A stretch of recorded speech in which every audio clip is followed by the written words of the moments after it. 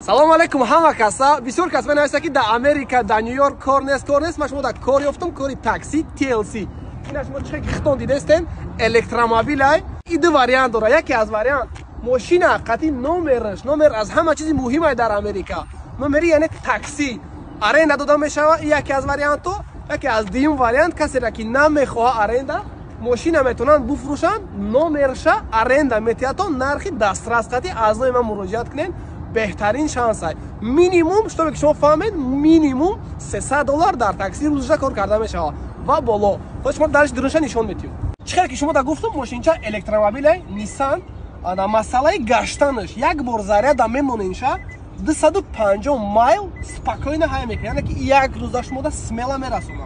ماشین نوعی سستایش بهترین های میگیرین سرازو کار میبرین. چی گفتنیم شما دا رقماشو نمیمونم. نامی صاحب ماشین تکای دلر مراجعت کنین اینا میما نرخی بهترین قطعی یا اینکه ارنده گرفته کار میبرین یا که ماشین خریداری کرده و نمری پلیت یعنی نمری ارنده قطعی ببرین ریسک روزانه کار میکنین. سلامت باشین.